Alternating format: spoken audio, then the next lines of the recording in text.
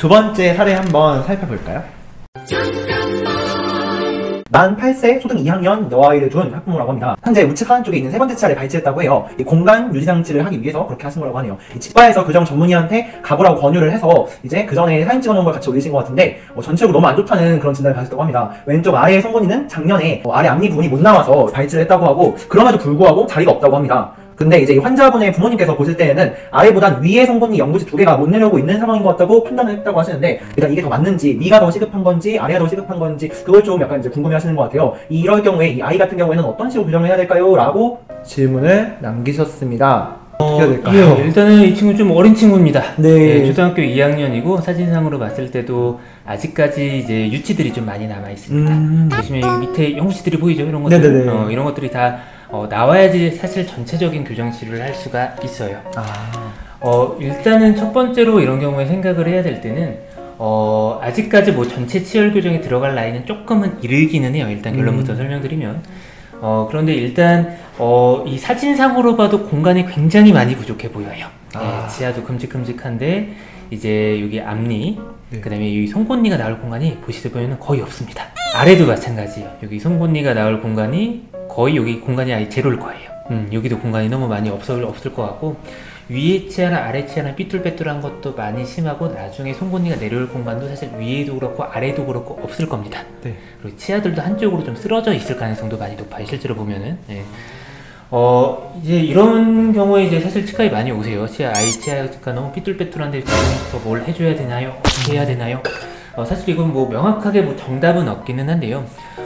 첫 번째로 일단 결정을 해야 될 거는 제가 봤을 때 첫 번째로 결정을 해야 될 거는 나중에 발치 교정 가능성에 대해서 사실 생각을 해봐야 돼요. 커서 연구치가 다 나오고 나서 지금 초등학교 2학년이면은 보통 초등학교 뭐 5, 6학년 정도면 대부분 다 나오거든요. 모든 연구치아가. 그때부터 일반적인 치열 교정, 치아가 삐뚤빼뚤하다든지 돌출립이 있다든지 이런 치료가 그때부터 가능합니다. 근데 이 친구는 일단 너무 어리기는 한데요. 그런데 이제 이 어릴 때부터 일찌감치 미리 좀 치료를 해주는 경우가 분명히 있어요.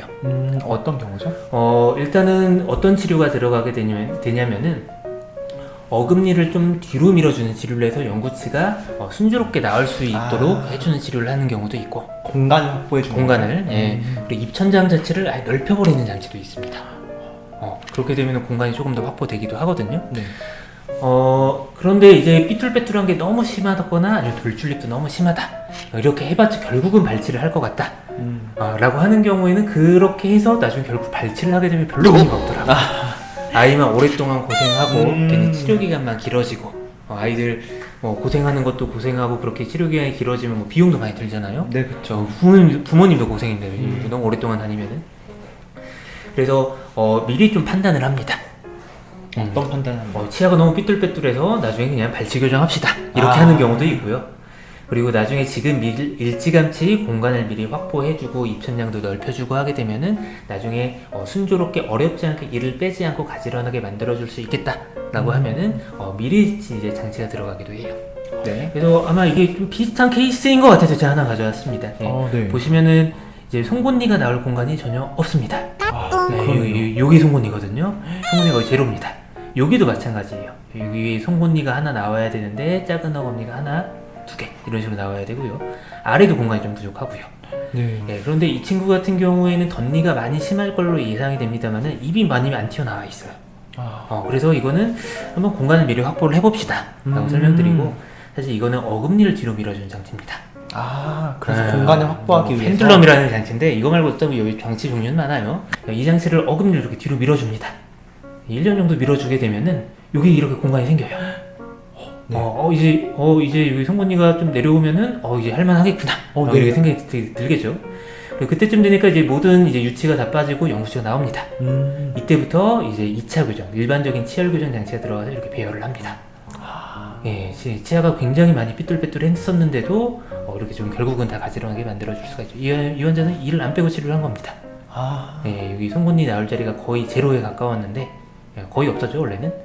어금니를 이렇게 뒤로 밀어주면서 송곳니가 나올 공간을 확보를 한 거죠. 그다음에 송곳니가 나오게 되면은 이제 자연스럽게 장치를 연결해서 가지런하게 만들어주고 이런 식으로 하면 이 환자는 사실 미리 1차 교정, 미리 어금니를 뒤로 밀어주는 장치를 통해서 이를 사실 뭐 발치 교정을 할 만한 케이스긴 했는데 이를 안 빼고 이제 교정치를 했던 케이스죠. 근데 이거는 케이스도 봐야 됩니다. 그렇죠. 네, 결국은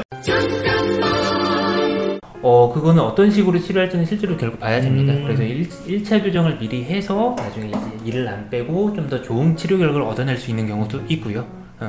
그리고 그렇게 뭐 어떤 경우에는 그냥 조금 더 기다리다가 연구치가 다 내려오고 나서 한꺼번에 그냥 치열 교정을 바로 들어가는 경우도 있고요. 그리고 그때 또 발치를 할지 여부는 다시 한번 평가를 해봐야 됩니다. 네, 이 상태로는 좀 되게 많이 제한된 상황이어서 어떻게 이야기하기 어렵네요. 근데 제가 봤을 때는 공간이 좀 없어 보여요. 네. 아래도 송곳니가 나올 공간이 거의 없는 거거든요. 이 정도면 치아도 이쪽으로 아마 쓰러져 있을 거예요.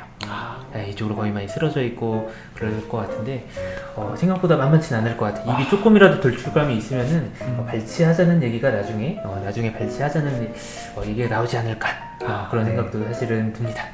아마 이 내용을 보시는 부모님도 보시면은 좀 안타깝지만 그래도 뭔가 좀 도움이 되었으면 좋겠습니다. 세 번째 사례를 한번 살펴볼까요?